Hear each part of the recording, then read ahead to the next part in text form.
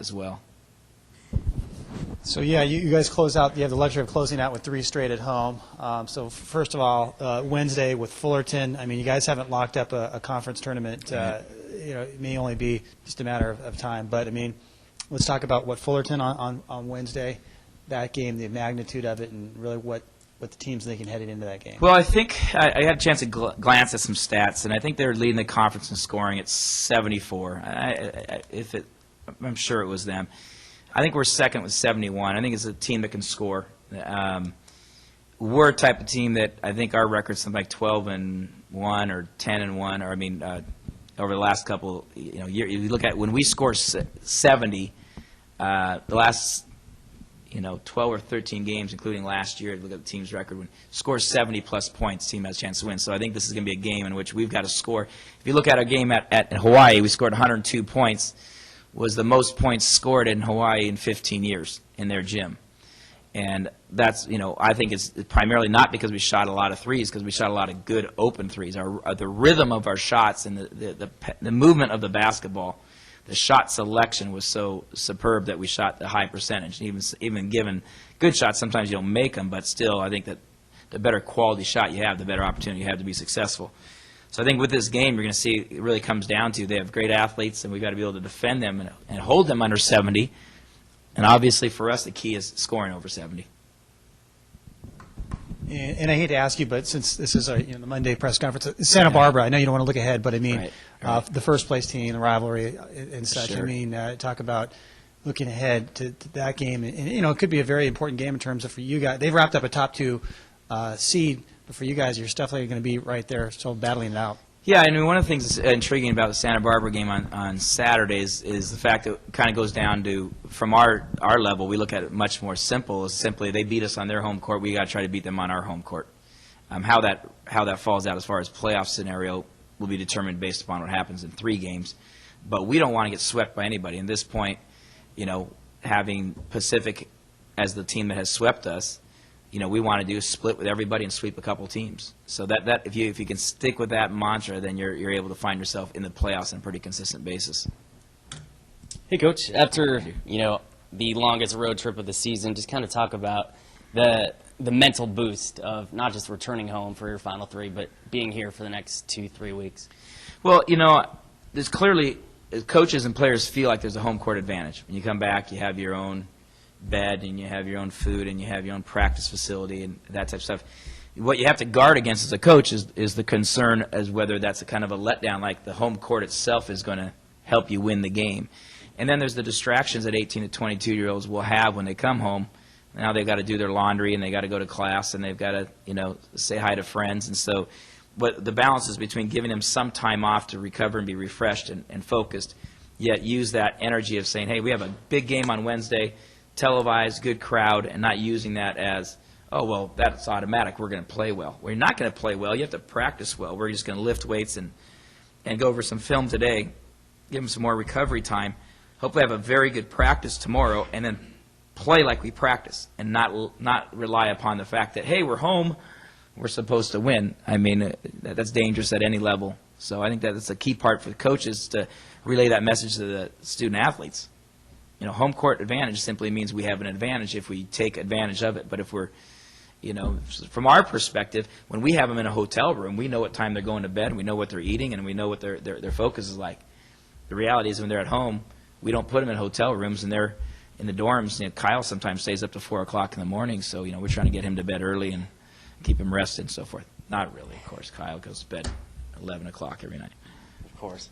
I know we can ask Kyle this later, but as far as, it's another nationally televised game. I mean, does that add any extra pressure or anything like that, or you just tell them who cares if it's televised or not? Oh, we care it's televised. As coaching staff, we don't hide that. It's a very important part to be televised as part of what we're building. We want to be televised as much as possible. We like to be televised every single night. It's an important part of season ticket sales. It's an important part of recruiting, the exposure. It's an important part of the overall enthusiasm of building community and support. I mean, so we're pleased it's televised, and we're going to shout from the mountaintops, and we hope that's a little bit extra pressure. Expectations are good. The fact that, hey, we're playing at home, there's some expectations that we try to win a game here and build upon that. I don't think that an athlete is truly a great athlete until he kind of embraces that pressure, so to speak, that, hey, the eyes are on you, the lights are turned up, it's game time, cameras are looking at you, it's time to perform and do it under pressure. And I think we've had enough of these games that's starting to build a little bit that we're learning to handle that better. I don't think that we handled it real well a couple of weeks ago, but I think we've learned a lot from that time that, hey, it's still about blocking off, it's still about making the extra pass, it's still about being on balance, still about coming to jump stops. And as you repeat those performances under pressure, then it becomes a natural habit. Everyone wants to be peaking headed into the conference tournament. As far as what you think your team needs to do in order for you to comfortably say, we're playing the best basketball, other than winning out from here on out. But what is it your team needs to do for you to feel comfortable saying that? It's just the consistency of our effort and the consistency of our decision making. We don't need to win all 3 games to feel like we're peaking for conference tournament. If we play as well and as competitively as we did the previous 4 games, I'll be pleased. The way that we played at Hawaii gives me encouragement that we actually can play even better. We played that well. Our shot selection, our defense in the second half was a little shaky, and mostly because our offense, they full court press and we sped up, shot some quick shots. They were wide open quick shots. They just rolled in and out, and they transitioned into some layups on their end. We had to slow it down a little bit to get it under control. But the thing, this reason why I'm so proud of this team right now is that the advances that we have made this year are very. At one point, they were physical. We just weren't playing as hard or being as competitive as needed. But the improvements we've made in the last 2 weeks have been mental. Our ability to take care of the basketball. We've had last 4 games assist-turnover ratio on the positive side, and the ability to adjust our offense and defense, where we have different offenses we go to based on different lineups and different defenses we use based upon different lineups. Ability to play 3 different offenses and 3 different defenses has been the key to our competitive nature in the last 2 weeks. That's what I want to see in this next 2 weeks, is whatever defense we need to do to get back into the game. If you saw the Northridge game, we went to a 1-3-1 trap in the second half. 10 minutes, we're down 12, and we brought it right down to the point that we held them scoreless 5 out of 6 possessions. That was the key to the game. But the players' ability to, basically, you still have to, you can teach it as coaches, but they have to implement it on the court. But we implemented it on the court. And also offensively, we went to a little flex action, and we got 2 layups.